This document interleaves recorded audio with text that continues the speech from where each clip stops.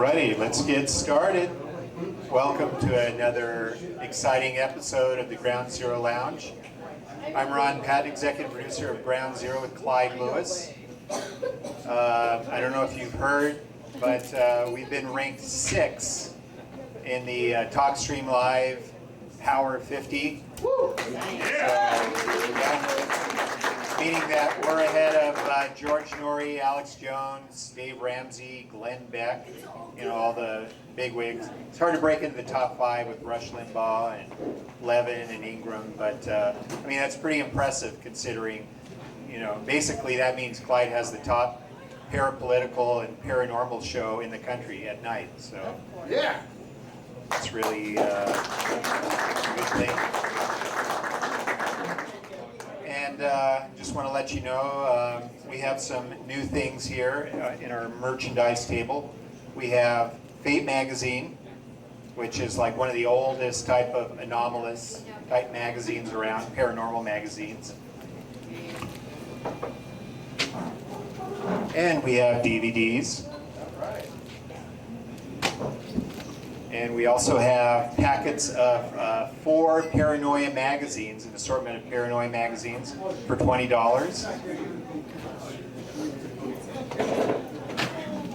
And a lot of people have been requesting Clyde's artwork that he does for each show.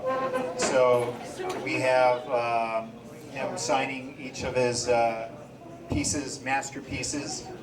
Not only that, but in the back, we have his monologues, and he signs and dates them as well. So those will be available for purchase as well. So at this time, I'd like to introduce to you Clyde Lewis. Thank you, Ron. Thank you so much. So, it's great to be here, and it's so great to be able to tell you that we're growing. Is this another one? Okay. There we go. That was, makes me sound a lot deeper. I'm the master of love. Okay, so anyway, it's like what? The day after Valentine's Day, pretty much. And, one of the things that I was noticing about Valentine's Day is there's so many people that want to remind you that it was about a martyr that died, and that, somebody wants to always, kind of ruin your Valentine's Day or ruin your Thanksgiving, or they want to ruin your holiday by telling you, this is how it really happened. We killed a bunch of Indians, so we're having Killing Indians Day. Or they say something like, well, that Valentine was beheaded and, he died and blah, blah, blah. Okay, I don't want to eat my chocolates now. You just ruined the day for me. Anyway, but no.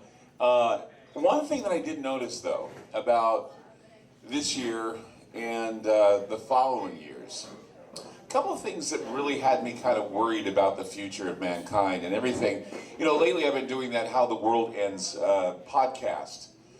And it's kind of rubbed off on me a bit. It's not like I'm all gloom and doom, because I always say that I'm a short-term pessimist, long-term optimist. I always think that, things suck in the beginning, and then we try to make them better because we don't want them to suck anymore. And I hope that's the way people feel, because I would like to see us not be so caught up in the bad and try to make ourselves better by learning from the bad. We always have to learn from history.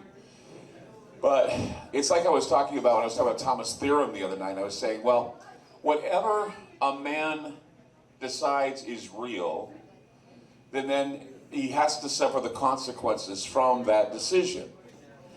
And what I mean by that is that you always need to have an authority of some kind telling you that this is it. You can't, many people don't think for themselves in regard to, well, I'm living in the apocalypse, or I'm in the middle of a mob, or I got to get out of here before things fall apart. Most of the time we're not observant of that. And so you need authority of some kind to tell you, oh yeah, by the way, the aliens have landed, or oh yeah, by the way, this is how the aliens want to work with us and everything.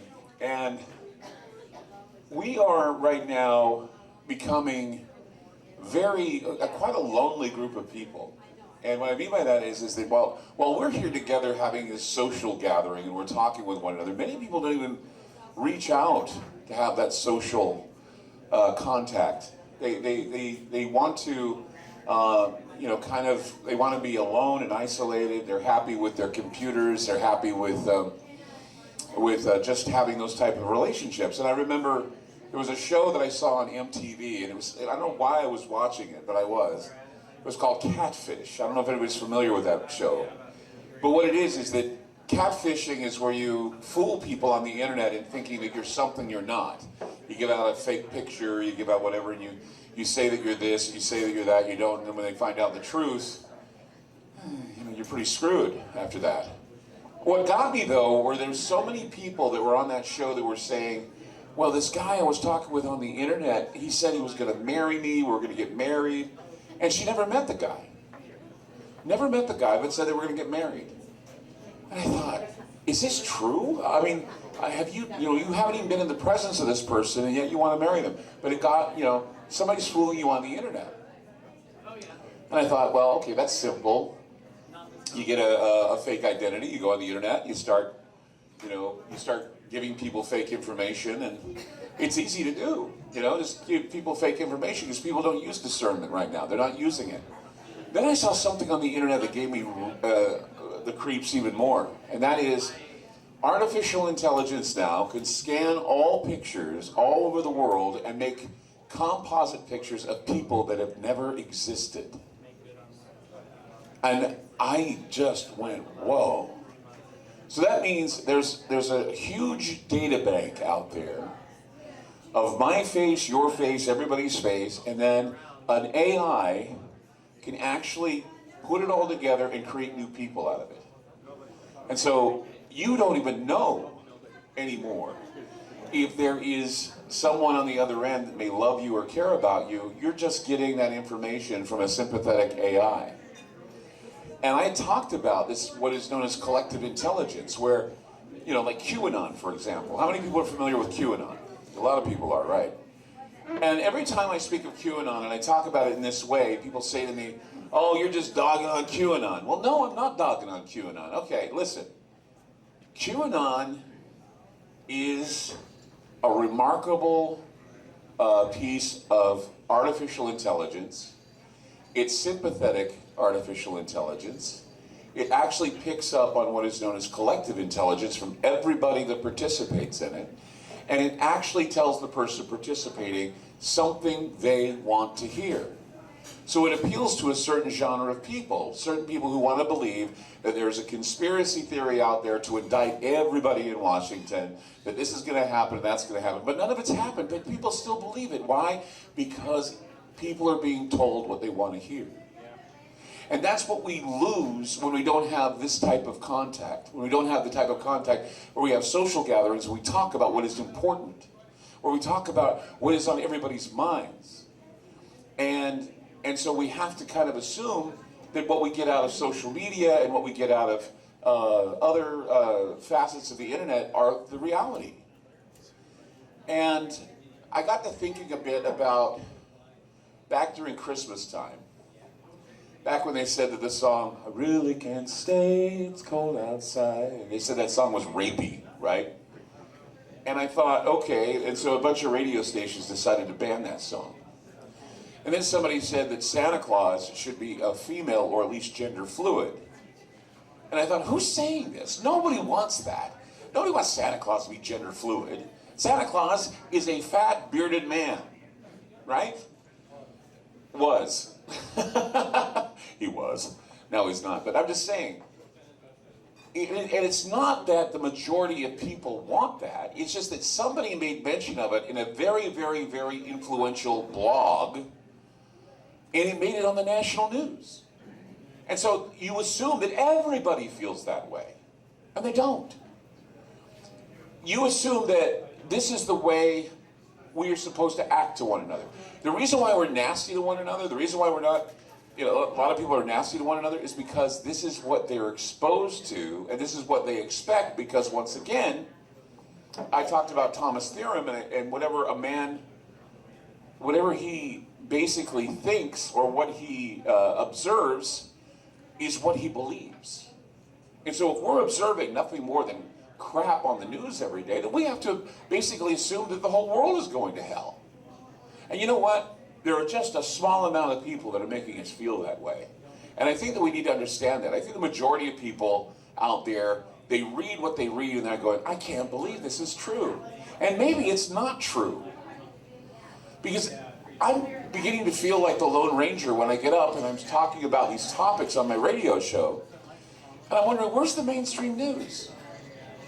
And I'm thinking, what about these relationships? I mean, Valentine's Day, what about relationships with real human beings? What about love? What about all those things? And then I get, well, by 2025, most of us, this is what I was reading, that most men are going to have relationships with robots. And women are too. That soon it will be okay to have a relationship with a robot because robots have no feelings, and so therefore it's just an inanimate object that you can kind of hang out with and have sex with if you want. Now, once again, that leads me to the idea that how lonely we're becoming. If that's how we are, where we can't, walk up to someone and say, "Hey, I love you," or "Hey, I want that tenderness," or "I want that love," and we can get it from a robot. What is that about? An unfeeling, uncaring, something that pretends to care, something that pretends to understand. There was a movie called Her. I believe it was called Her. And in that movie, a guy fell in love with his sympathetic AI, kind of like his Siri, because Siri told him everything he wanted to hear. Then one day, this Siri got a little bit more intelligent, decided that she wanted to move on, and he wasn't ready for it. But they had people who would go out with their telephones, actually, and have conversations with their AI, take them out on dates.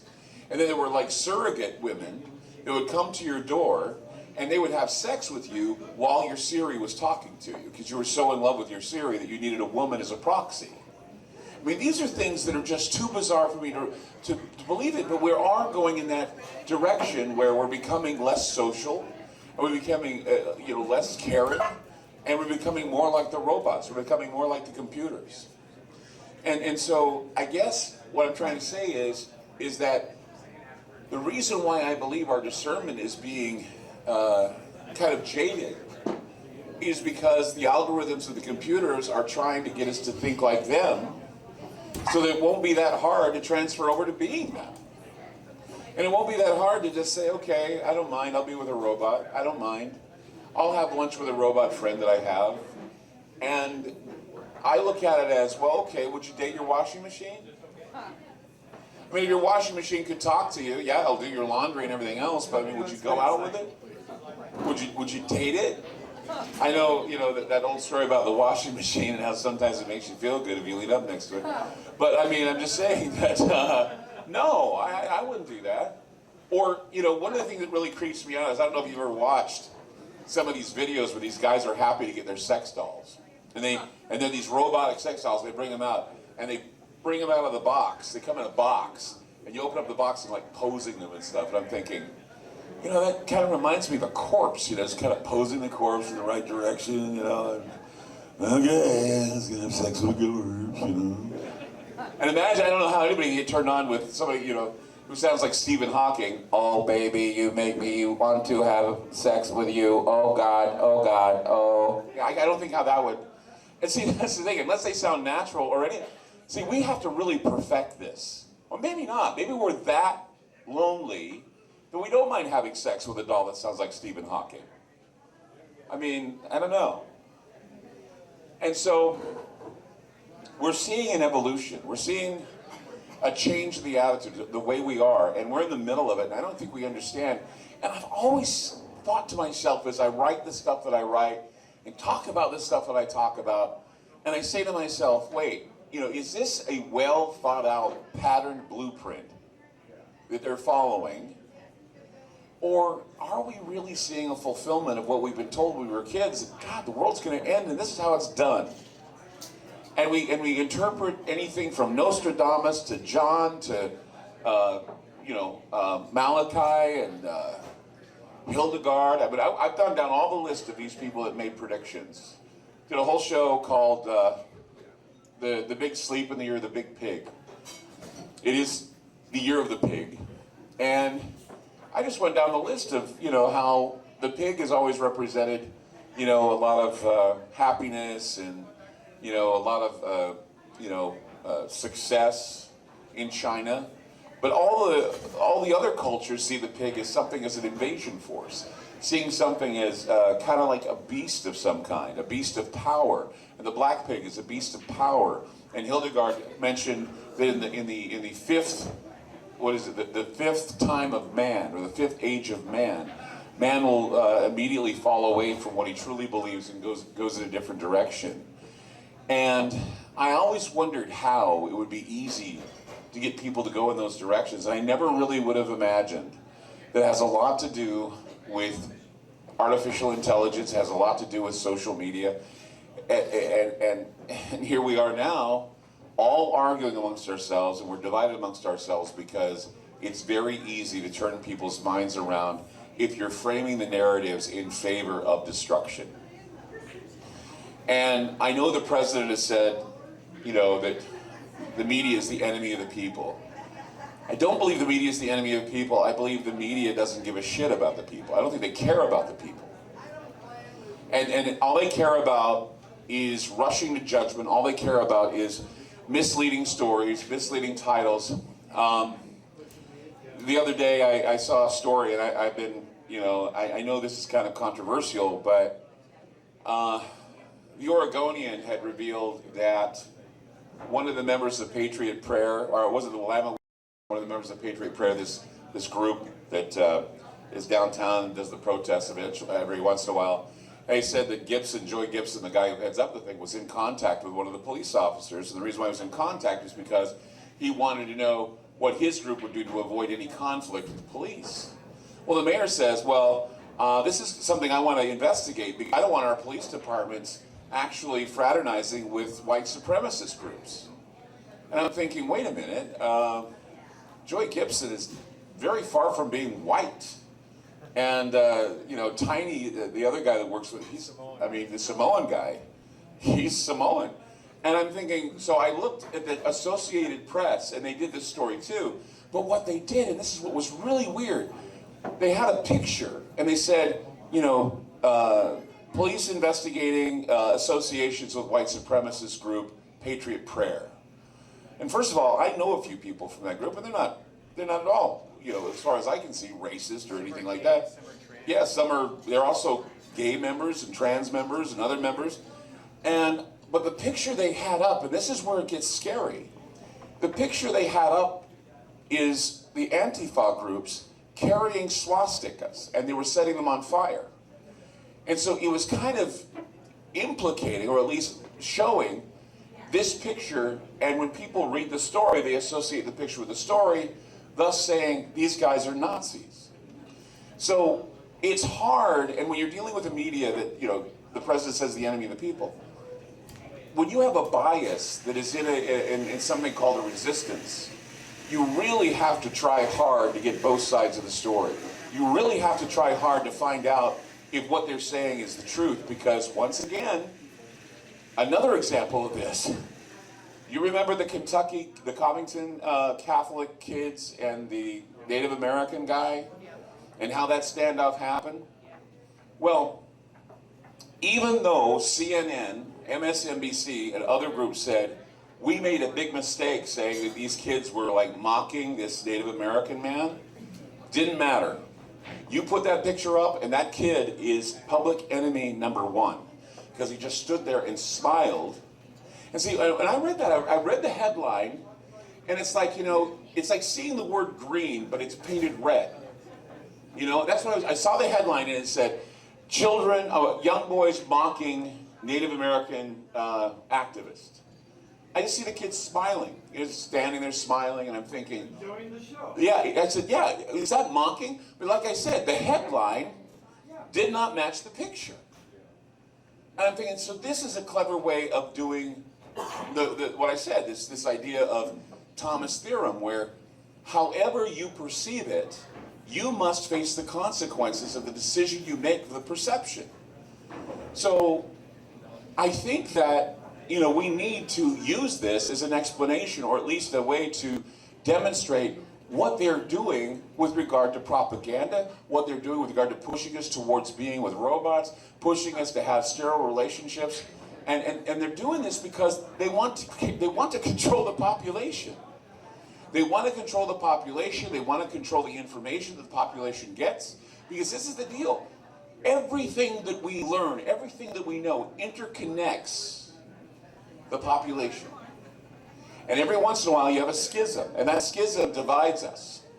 And those schisms are there because someone has planted that over and over again in your heads that certain individuals are fascists. Certain individuals are white supremacists. Certain individuals are this way or that way. And the thing is, they don't have those philosophies. And I'm looking around, and I actually, this congresswoman who's Muslim, and I defend, whenever I can, Muslims and Islam, because I've never met anyone from that faith that strikes me as being bad or evil or what have you. And she said what she said, and everybody got an uproar over it, but that's as far as it went. And I thought to myself, you know what, even if she was telling the truth, the way she told the truth was so inconvenient for people, and yet other people have suffered because of things they have said. They have been railroaded into oblivion. They have their careers ruined because of saying what they've said. Same with this whole blackface controversy. You look at the blackface controversy, blackface is wrong. No way, shape, or form should you have blackface and try to be, blackfacing it. That's not what you're supposed to do. It's not good. But here's the funny thing. White chicks. Megyn, was it Megyn Kelly? She said, and she got fired for this, she said that, well, when we were kids, we used to paint our faces brown and nobody thought anything about it. Well, immediately NBC goes, bam, you lose your job because you said that, because in no way, shape, or form is blackface ever accepted. Well, then we have Virginia, all these guys in Virginia, who said, well, in the 80s, I did blackface. And everybody's like getting all nervous and angry and whatever. And I'm thinking, all these guys did blackface. This is like really weird that this is all happening like this. And that the judgment is going down like this. And then immediately you get this thing where they're saying, well, all those Republicans in Virginia that wore blackface. I'm going, excuse me? These guys are Democrats. And they always assume that they're probably conservatives and that's why they did it. Or they assume that they're a certain type of individual, that's why they did it. And then we have Joy Behar on The View saying, well, one Halloween I dressed up as a very beautiful black woman. And she looked great. Yeah, well, it's not cool. You don't do that. And Jimmy Fallon, Jimmy Kimmel, both of them, they did blackface on their shows. But you don't hear about this because they conveniently exclude those that they like. And they immediately, and they immediately go after those that they can't stand or they hate, and they use them as an object of derision. And so you have to be very careful now. You have to be careful that you don't end up in the crosshairs of someone who wants to try and level you and ruin you.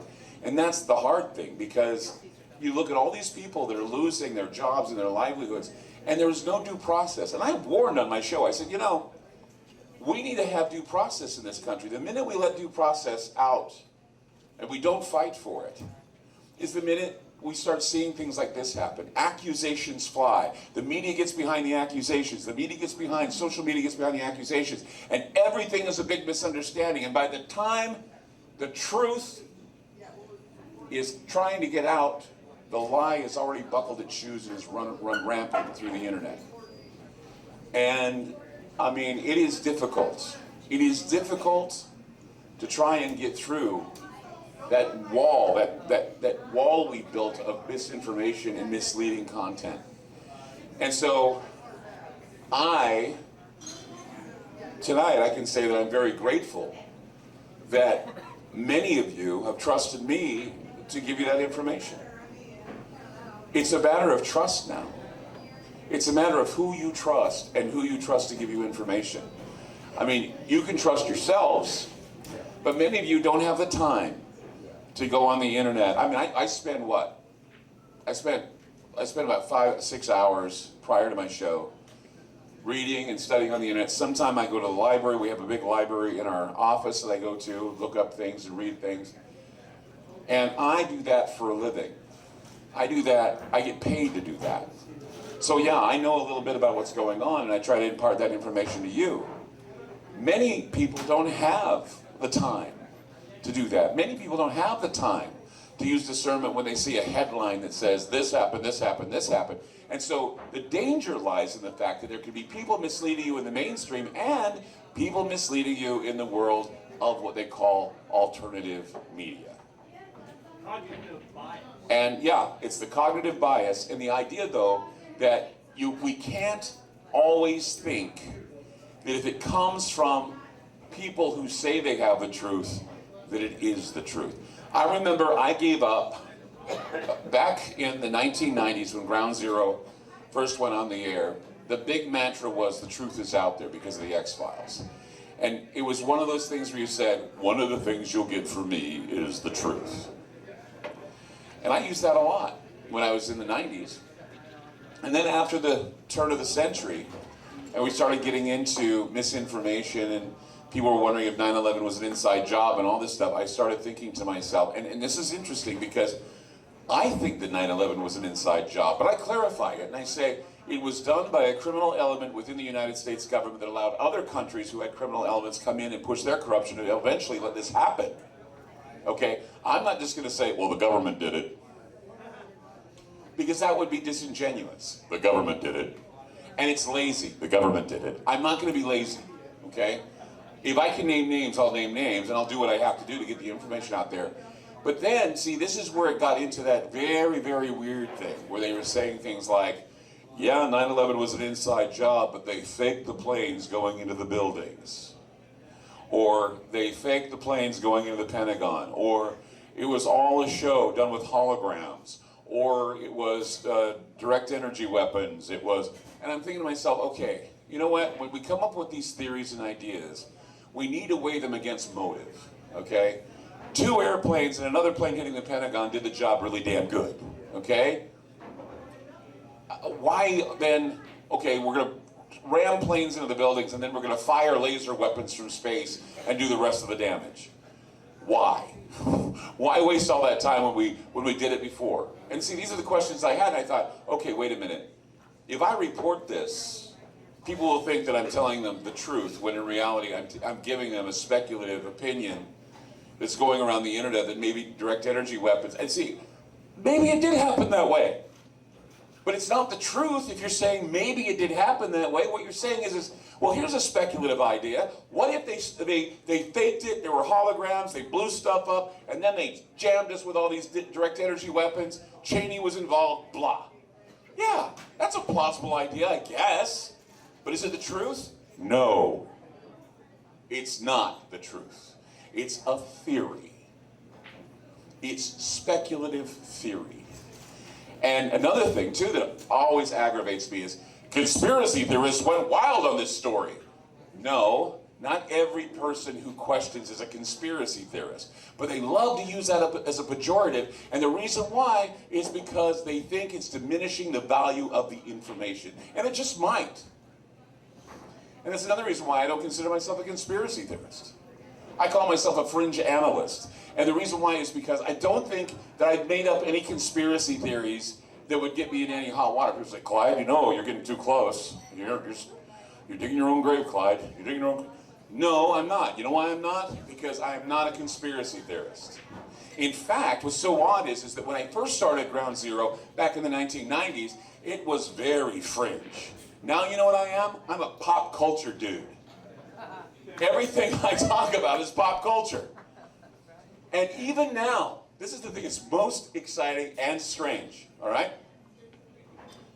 Psychiatrists and psychologists are preparing to have available information on how people will cope with the fact that aliens exist, okay?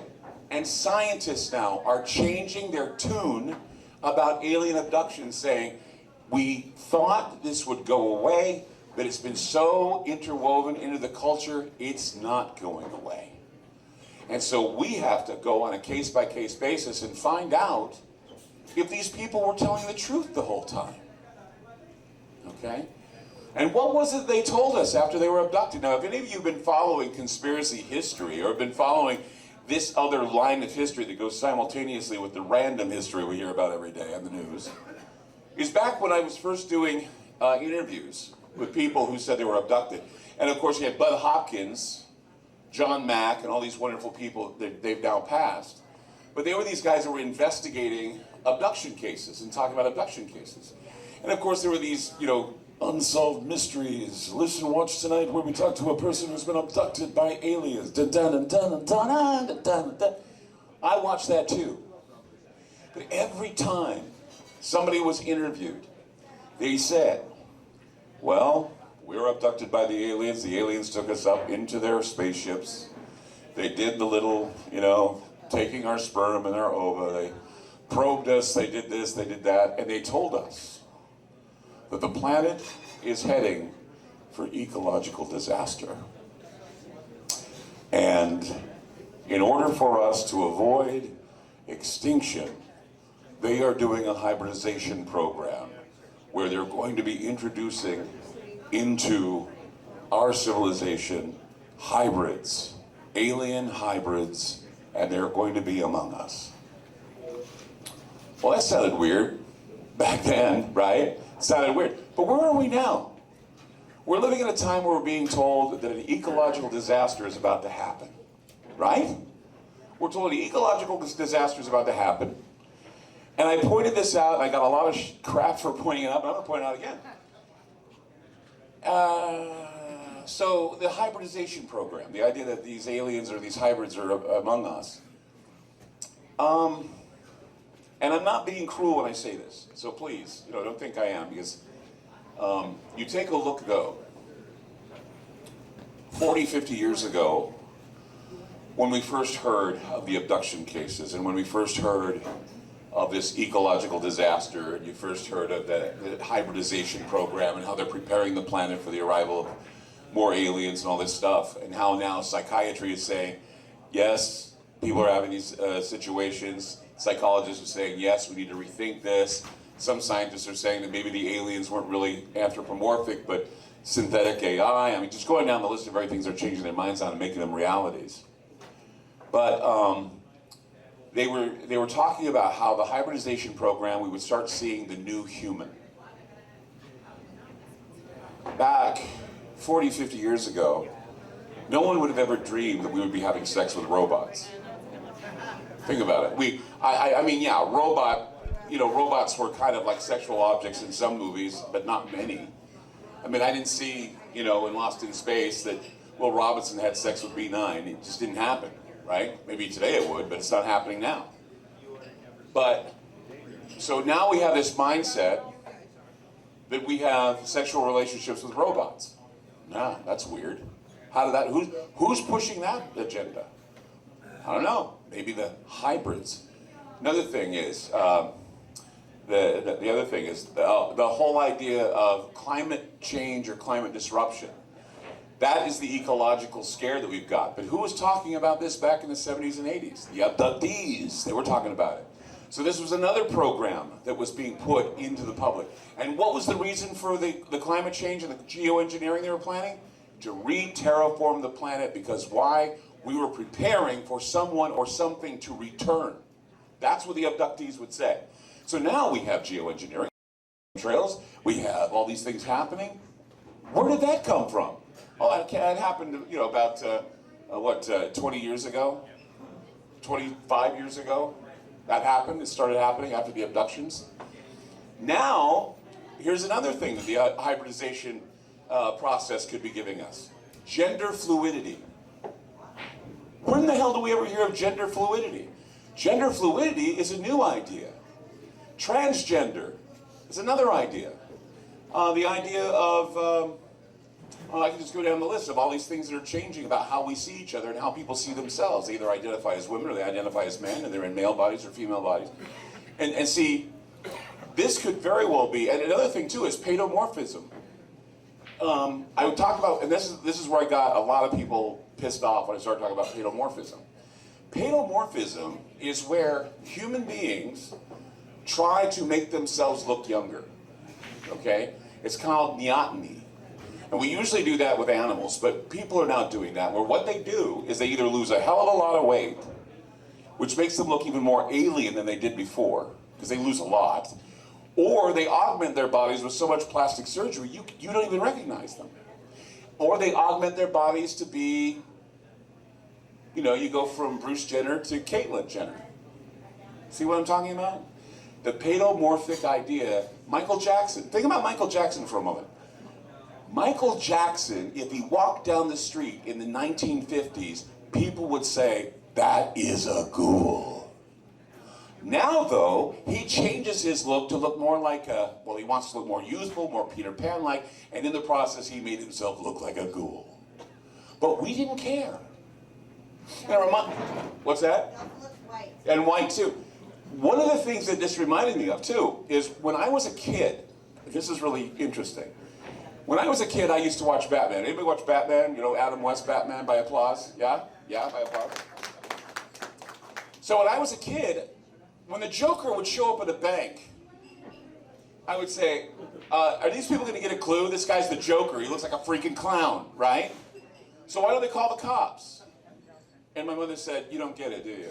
I go, no. It says, people will eventually get to a point where they don't care how people look. And I thought, wow, you know, my mom had some insight to that. And Michael Jackson is a perfect example of that. Paedomorphic changes to the body that make you look more alien. I pointed out, you guys know who Tilda Swinton is? She's an actress? Snowpiercer. Well, yeah, Snowpiercer. Many others. When you see her, she's a remarkable actress. But in real life, she looks like if David Bowie and a spaghetti stock had a baby.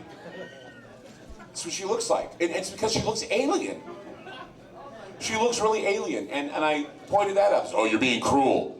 But here's another scary one. Has anybody seen Celine Dion lately?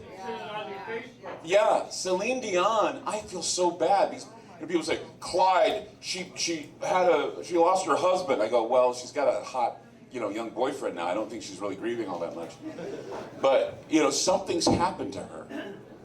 And it's either because she is sick, or she's going through some sort of stress problem, or maybe she too sees her body in a different way, and then she's changing more into the way she sees herself through a paedomorphic change, paedomorphosis. And you'll see a lot of people do this. You see a lot of actresses do this. Who was it?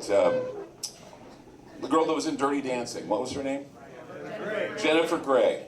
Jennifer Grey had a nose, but it made her cute. She got her nose taken care of. Nah, she can't get work anymore. But see, this is the thing. Why did she mess up with something that God gave her that was so awesome? And it's back to that. It's back to that idea. We can augment our bodies. We can do that now. We can change. We can even design our babies now. And we can kill them, too. I mean, where are we? If you don't think we're living in the apocalypse, then I don't know what to tell you, because we are. And we're living in an apocalypse that's both an apocalypse by choice, an apocalypse that moves us closer to the eschaton, and who knows, we may be in the middle of watching the hybridization process that we were warned about back in the 70s and 80s. And I know that sounds weird, but let me tell you a story. Anybody familiar with the old movie called Children of the Damned by applause? Right. It was originally called the Dunwich Cuckoos. And in the story, there's this little town, I think it's called Ipswich. Little town called Ipswich in England. And what happens is when you cross the border at Ipswich, everybody fell asleep for 24 hours. Everybody in the little town of Ipswich fell asleep for 24 hours. And when everybody woke up, all the women in the town were pregnant. Okay? They all had babies, and all those babies were alien babies. And they were smart, and they were weird looking, and they all had the same haircuts, kind of looked like Heaven's Gate, but that was before Heaven's Gate. But see, that's the story, right? The story was that the aliens came in the night, impregnated the women, and the women gave birth to the aliens. And the reason why, the show was originally called Children of the Damned, but it was based on a book called The Dunwich Cuckoos. Now, no one's going to go see a movie called The Dunwich Cuckoos. They're going to go see a movie called Children of the Damned. But there's a reason why the story was called The Dunwich Cuckoos. Because the cuckoo bird The cuckoo bird is always considered to be a bird that's associated with people who are cuckoo, cuckoo, cuckoo, right? You see, the cuckoo bird is not really cuckoo, okay? The cuckoo bird is one of the most, I would say, despicable birds in the bird kingdom. And the reason why is because you know what a cuckoo bird does? A cuckoo bird goes into the nest of a magpie and it pushes out the eggs of the magpie and lays their own eggs in the magpie nest. And then it forces, actually the magpie is thinking it's raising its own children.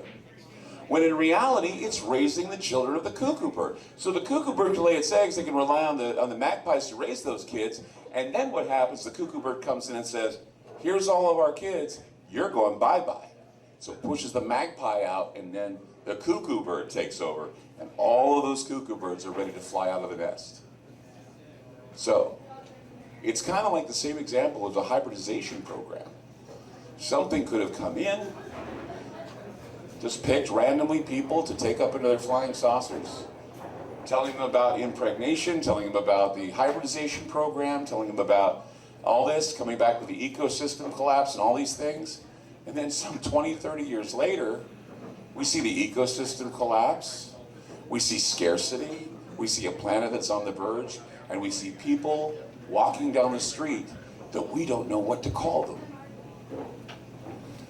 Now, we have to see them as human beings, and we have to give them respect a human being gets, but they don't feel human, or they don't look as human. We're not used to it. And this is more than just somebody who's wearing a mohawk like we did back in the 80s when we wanted to be punk. This is more than punk rock we're talking about. This is more than, people who consider themselves goths or fashion victims. I mean, this is different, because when we were kids, we would, I was kind of goth. Yeah, I did the goth thing. I was so goth I looked dead. I did that. And I had that interest. But this is more than that now. This is the entire body going through a metamorphosis. This is the entire body where people tattoo their whole face and their bodies. People are like covered in tattoos now.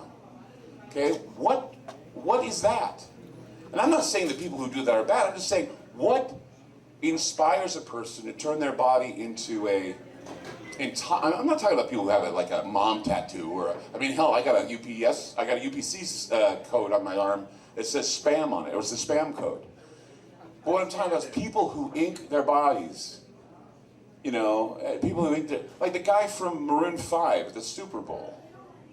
He was the guy that when I saw him, I'm thinking, God, it's the illustrated man. I read that book from Ray Bradbury, and I go, and he's gender fluid. Not necessarily looking too manly, not necessarily looking too femaly either, but women like that now. Ooh, look at him. See, the preferences are changing. The sterility of relationships are happening. The fact that we cannot replace our own population is another factor. Like the cuckoo bird, for some reason, we, as the magpie, are not repopulating.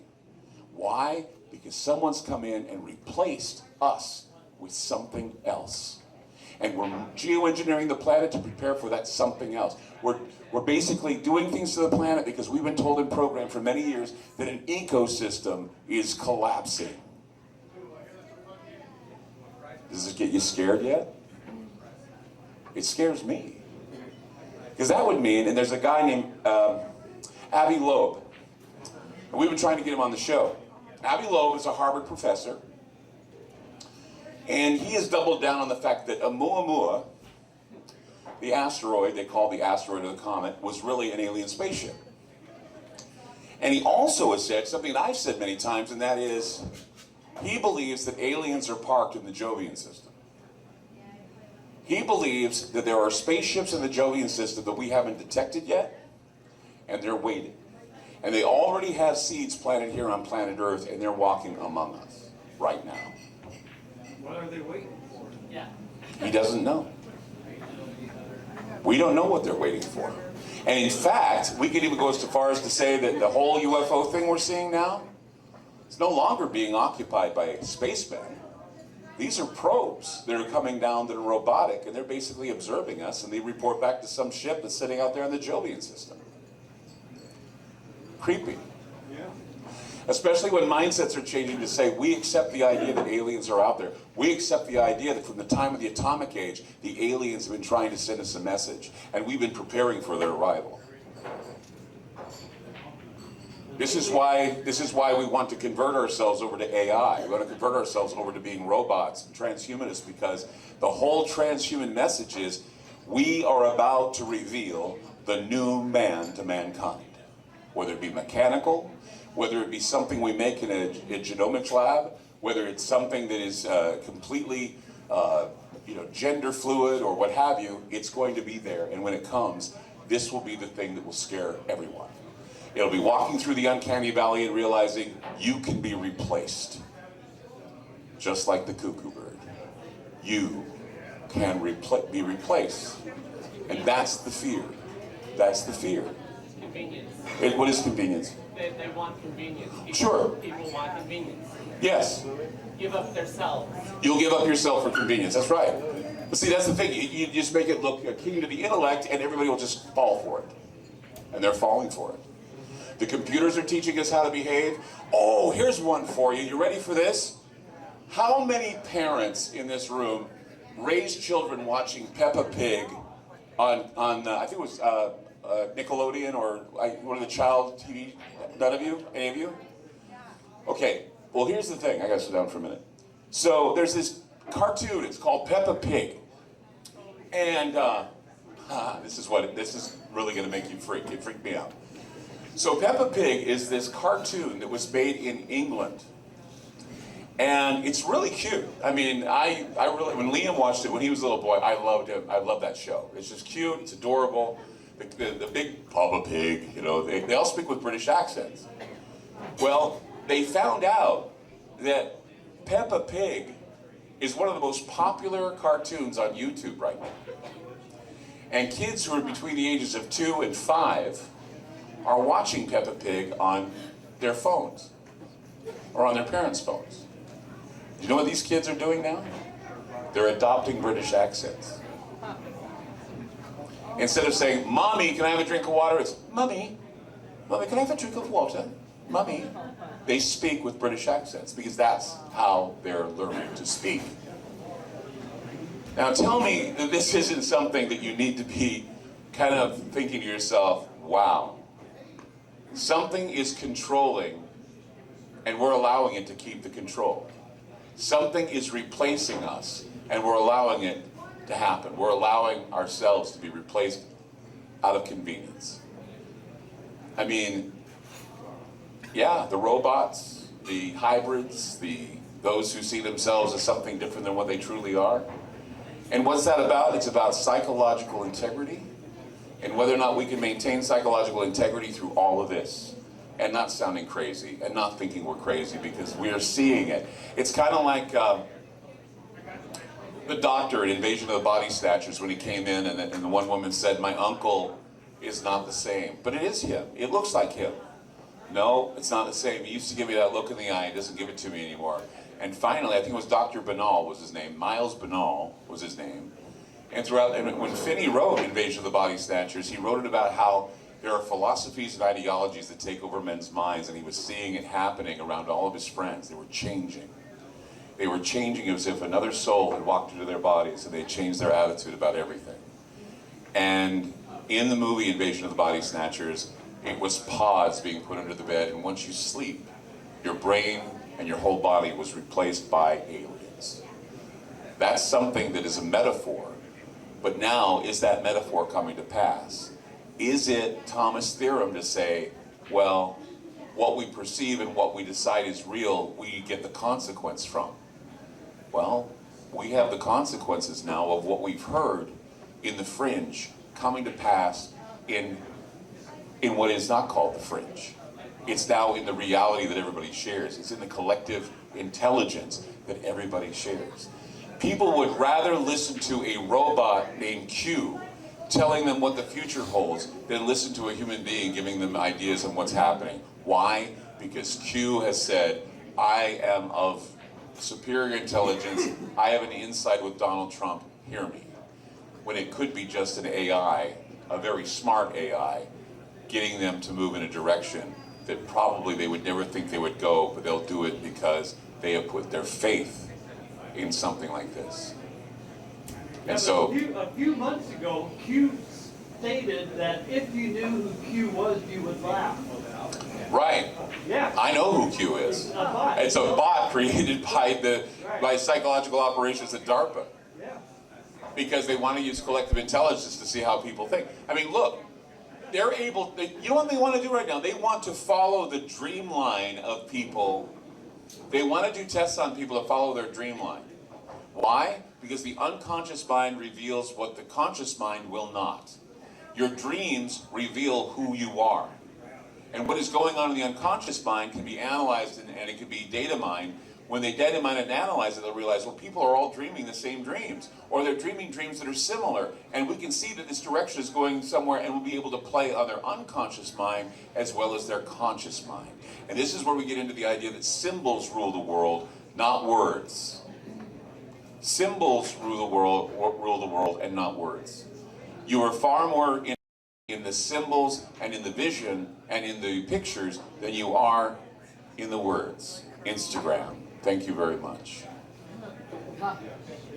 And they want to limit you with what you say, so you go on Twitter, and what do? You don't write words, you write little emojis. Little pictures to illustrate how you feel rather than words. Hashtags. Little hashtags to point you in a direction you wouldn't normally go. All these things, man, I'll tell you, how they control us and what they're putting, it sounds alien to me.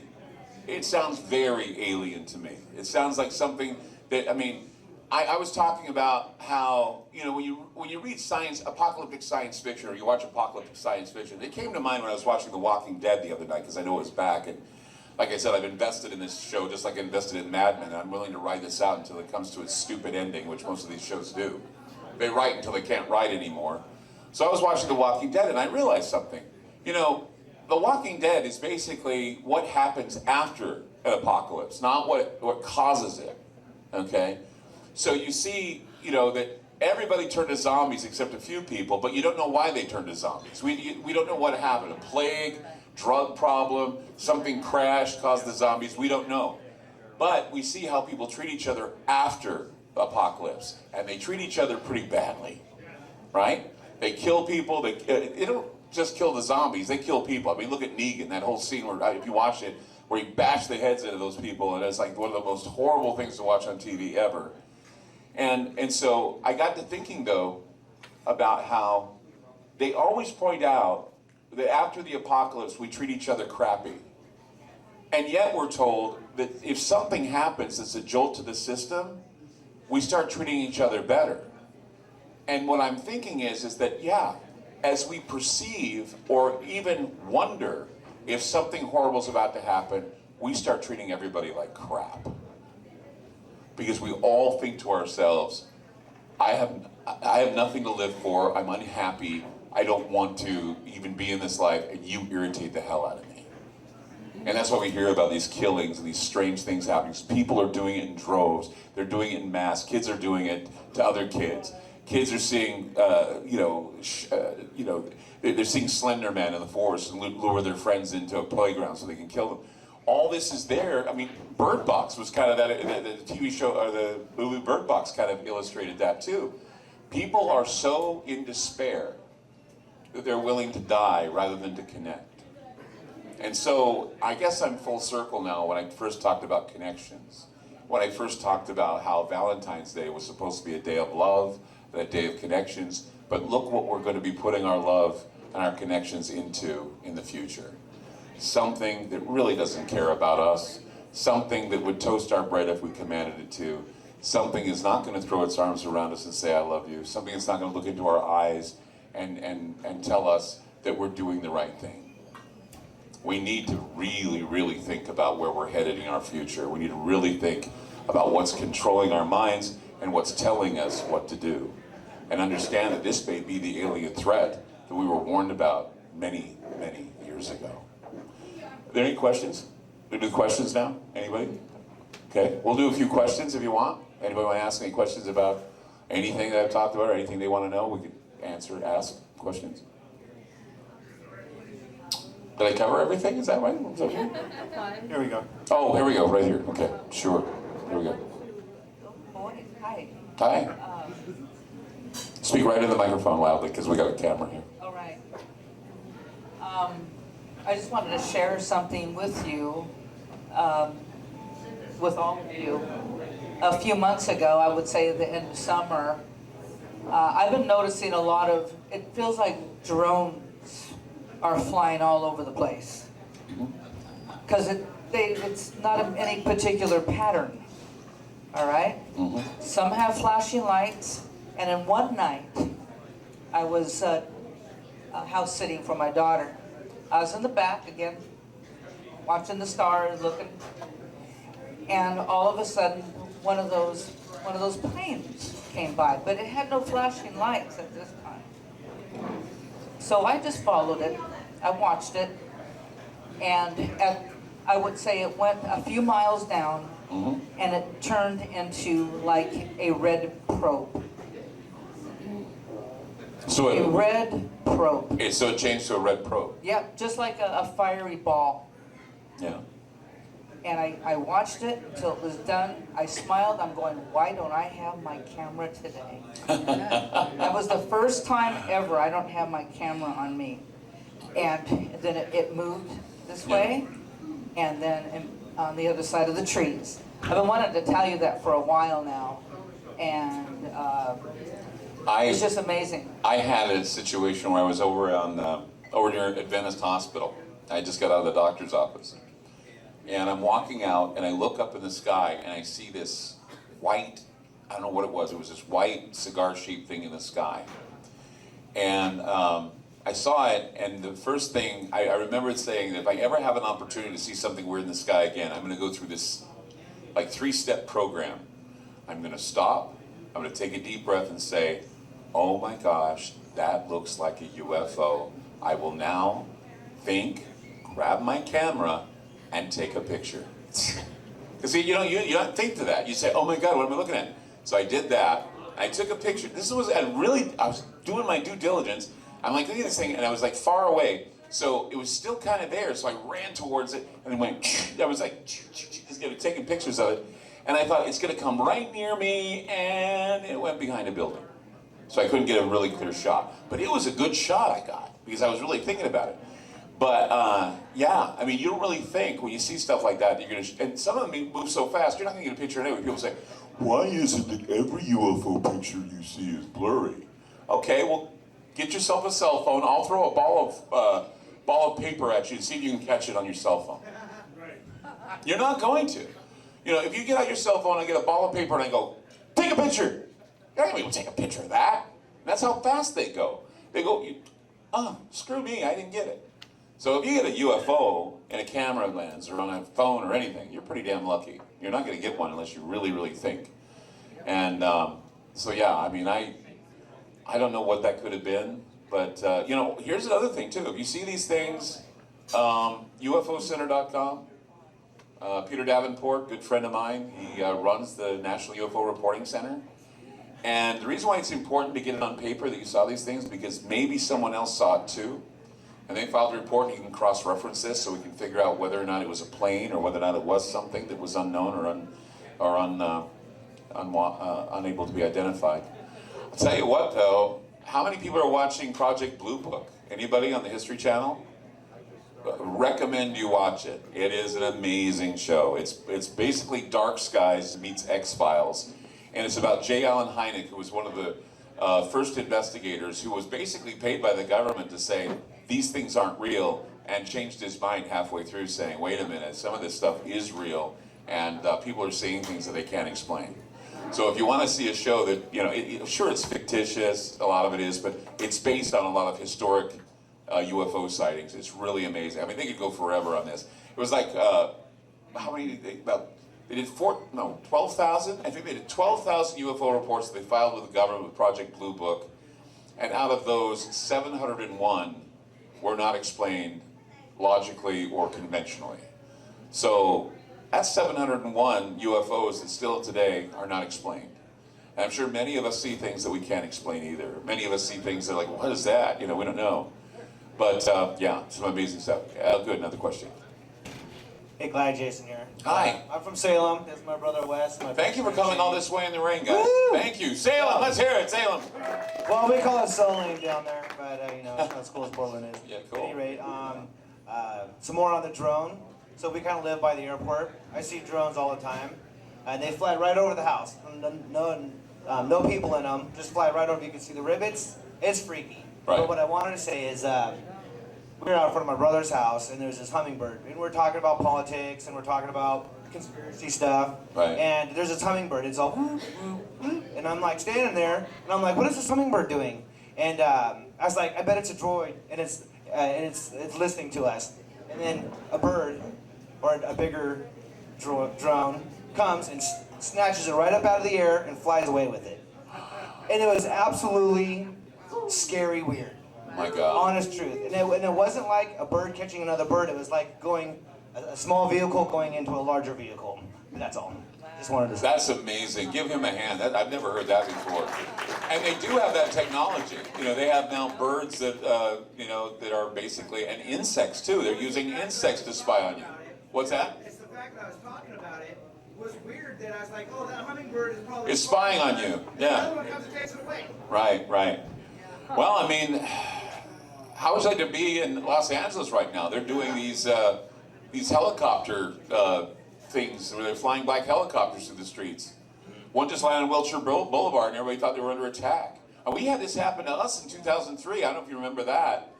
They had black helicopters flying over Portland, and Mayor Potter at the time didn't tell us. Was it 2013, I think? No, it was 2013. Mayor Potter didn't tell us. And so we're all like going, maybe we're under attack. See, this is the stuff that I don't understand. And you know what? If they don't tell you and it scares you, I tell you that's a psychological operation. That is a psyop. That is an intentional psyop. I don't care if people say, well, they got to train somewhere. Yeah, it's called the West Desert of Utah. It's called Nevada. I mean, all these places where you can train. Well, they got to be able to move into cities. Well, I'm sure there are plenty of cities that they can make out in the middle of nowhere. They did that with the missiles back in the day where they dropped missiles. They were able to make cities and put people in them so they could watch them burn. So I don't know what the deal is here. It's a psychological operation. They want you to be used to the idea that they may have to come in and do some sort of a raid on your city, and you don't know who the good guys or the bad guys are. It's just we live in some really bizarre times. We really do. And people defending it is what really gets me. People who defend it going, well, they got to do it somewhere. Well, yeah, how about not in my backyard? Get off my lawn. I feel like the old man, but it's the, you sons of bees. I don't want to do that. So anyway, yeah, go ahead. Hi, Clyde. Hi. How's it going? Good. So I'm wondering if you ever feel out of your depth as far as trying to sort out the proliferance of various things that things could be. You want to talk about hybrids? I mean, which ones? And yada yada. Yeah. Now I do, yes. Sometimes things are even beyond my comprehension. And, you know, this is where I lean on Janine, because Janine has an intellect that I can only share those things with. Hi, honey. Yeah, she's over there. But it's true. I mean, it's really odd now that, it used to be Janine and I would just talk about, simple talk. But now we have some really deep conversations about things, because she's a deeper thinker than I am.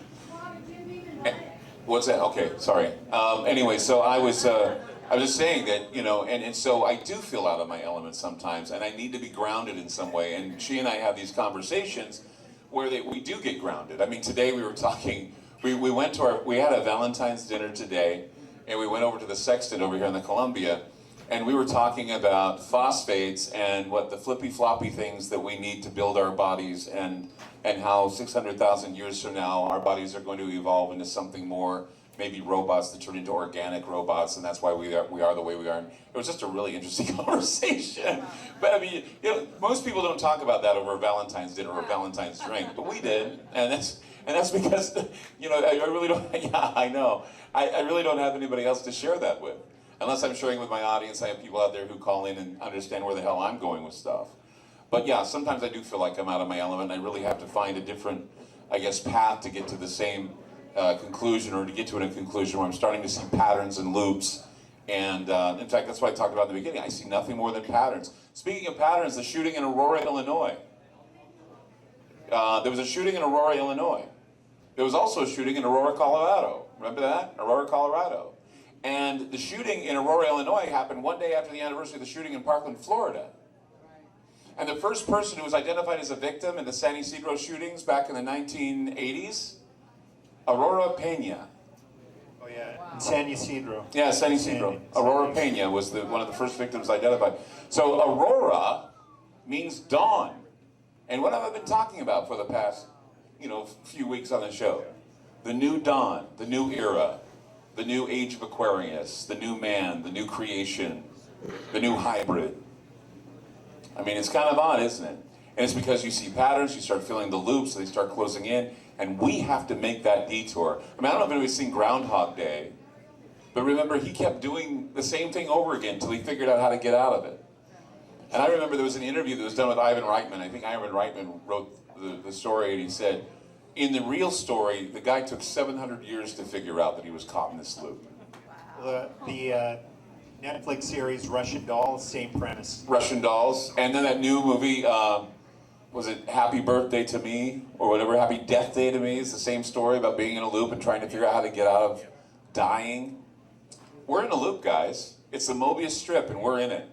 And we see patterns, and we see things happen that are built for Twilight language and bizarre thinking, but there's a reason why we keep seeing these things, because we are, it's your deja vu, it's your Mandela effect, it's whatever you want to call it, but our recall, for some reason, is being thwarted by something.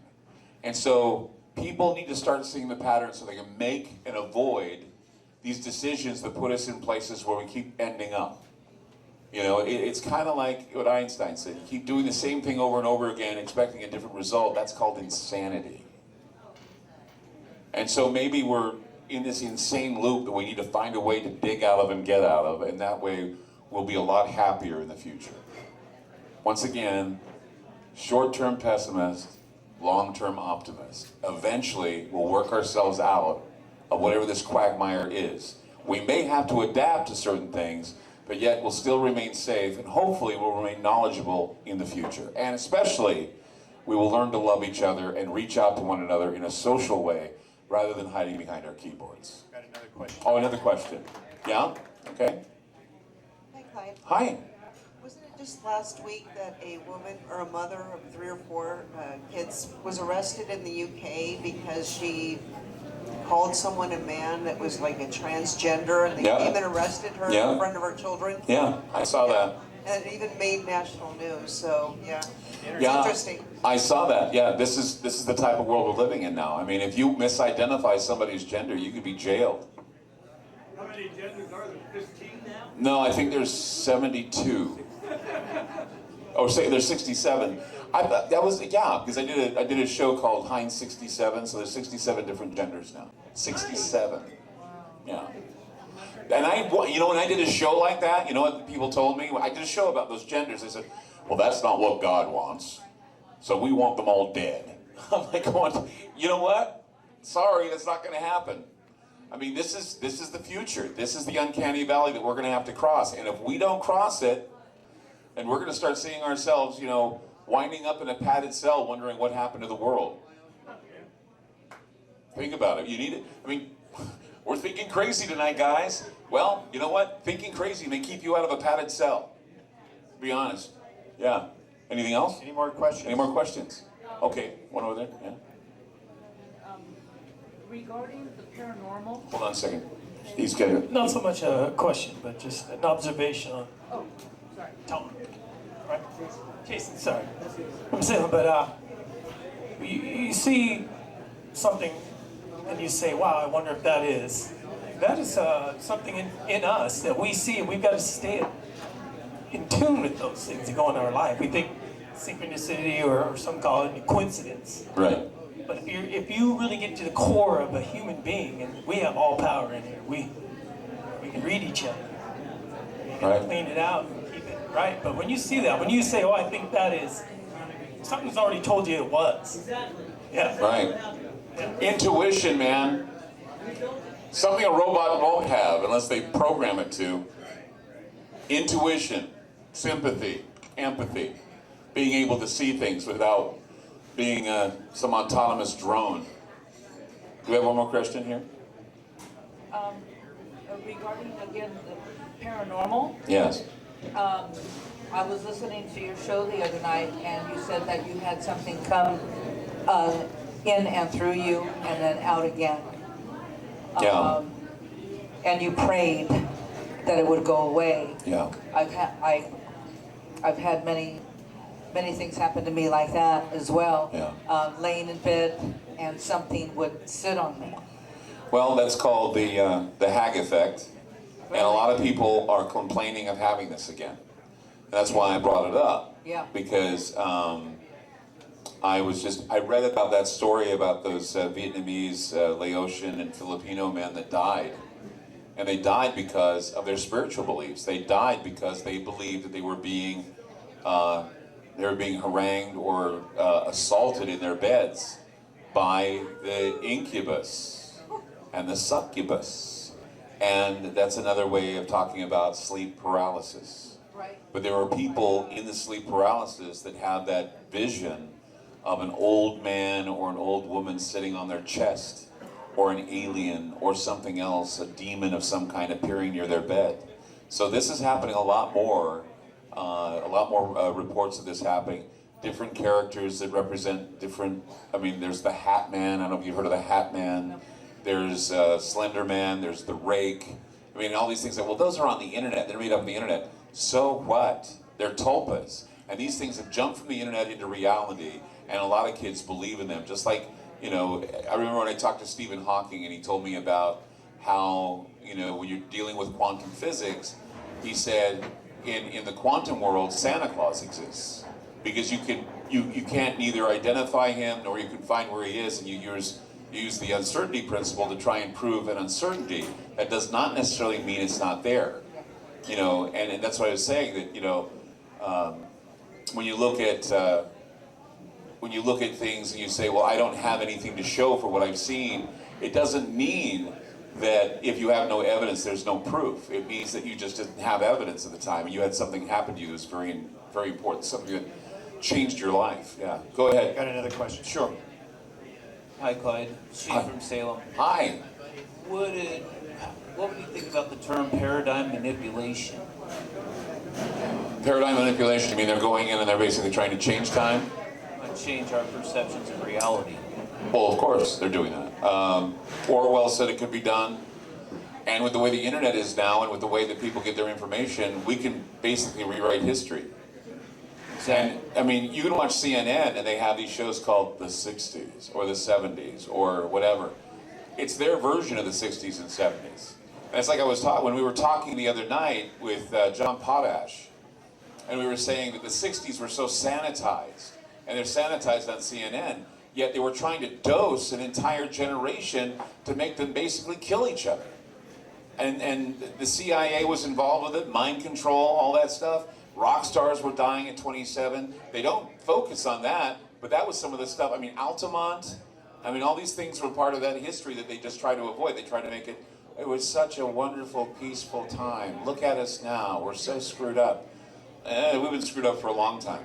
We've been fearful, we've been scared, we've been fighting amongst each other, but now we're here in a time where for some reason somebody decided it's not enough for us to get along with each other, it's not enough to be nice to each other, it's not enough to love one another. We have to basically name those who we think are the evil ones. We're creating the other, and the other doesn't exist. Or it may exist, but it doesn't exist as much as we think it does. It's a Cold War that's being waged against ourselves when the real enemy is larger and it wants to annex the entire world and become a plantation for all of us to serve in. Think about that for a moment. I don't want to serve in some world plantation. I like being an American. I like being a guy who was raised an American. I don't like the idea that I should feel guilty about being an American, feeling guilty about pledging allegiance, feeling guilty about singing the national anthem, feeling guilty about shaking the hand of a veteran and getting a knot in my throat at the parades. There is nothing wrong with having patriotism. There's nothing wrong with thinking that you want sovereignty and to protect your country from these enemies that may want to invade. I like being human. I like being human too. That's another one. I like being human. Anything else? Got another question.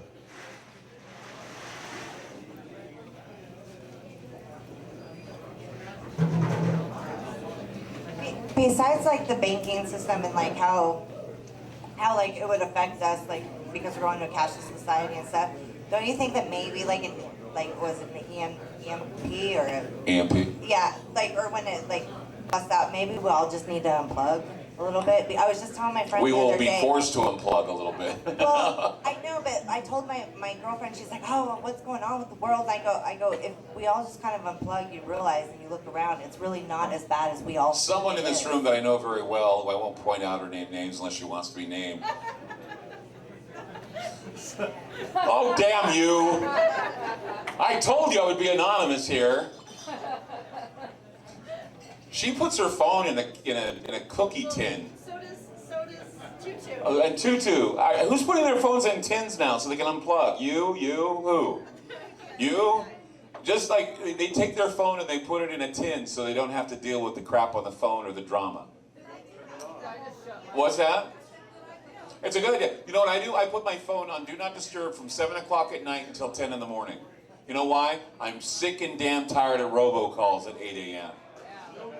Hi, Mr. Lewis. Would you like to get your student loan paid for? I don't have a student loan. Okay. And it's an AI saying, okay. And it's not a real person. I'm talking to an AI. And I'm thinking, I'm becoming a bigot towards AI. I really am. It's like when I call the pharmacist, and the pharmacist says, welcome to Walgreens. Who do you want to speak with? I go, a pharmacist. Thank you. I go, F you. I just get to a point where I'm tired of talking to these people. I'm tired. They're not people. I'm just tired of talking to these robots that are trying to be nice to me. Or some of them sound so damn condescending, like going, quick, get me representative, get me and then, okay, we'll get you a representative, as if you don't want to talk to us because we're sophisticated AI. Screw you, I want to talk to a person.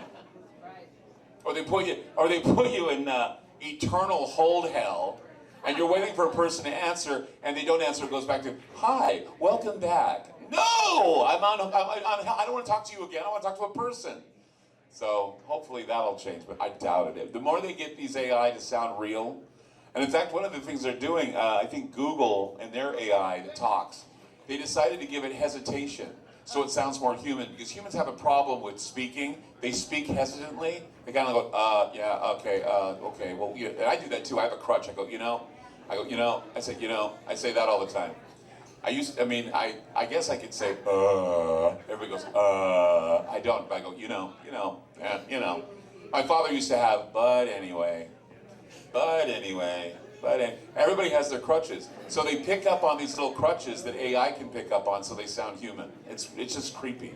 They want to imitate humans. And see, like I said, what you perceive and your reaction brings the consequences. So if a simulation is happening and you think it's real, guess what, guys? It's real. It's real until your brain tells you it isn't. Okay, anything else? That's it. I guess that's it. Thank you all for coming out to the Ground Zero Lounge. I really thank you for coming out.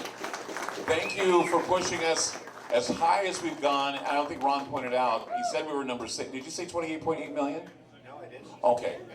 Just to let you know how this number 6 happened, there are 28.8 million people who were surveyed in this test that they did, where they actually ranked shows on the internet as to how many are being listened to. We ended up in number 6. But here's the thing about us and our number 6.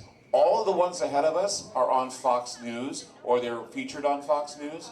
So they have a little backing. They have people basically watching them all the time. You got the people like Sean Hannity, Michael Savage, Rush Limbaugh, all these people. But we beat people like Glenn Beck, George Norrie, Levin. We beat all those people to get to that point. So actually we are the number 1 talk show that doesn't basically stick to one side or the other. We're giving you information.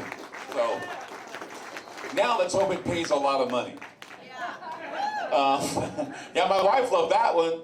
No, I really, and so tonight, I just wanted to say that if you'd like, we have, like Ron said, we have a lot of merchandise we want to sell tonight, and we want to do it to help out. So come on by, I'll sign stuff, I'll sing to you, okay, I'll do whatever, but really, it would be great if you helped us out here. And every little bit helps. We love doing this, and until I can get that mansion and a yacht, but I don't know. I'm hoping I can just say, hey, you know what? And then I'll buy the drinks. Really, I'll buy the drinks one night. If I get to that point, you bet. One night we'll have a lounge. I'll buy the drinks. Okay? This summer. This summer, hopefully. At least I won't buy them all you can drink, but I'll only buy one for everybody. Anyway, thank you all for coming out. I really thank you. Appreciate you very much. Thank you. I love you all. Thank you very much. We appreciate you.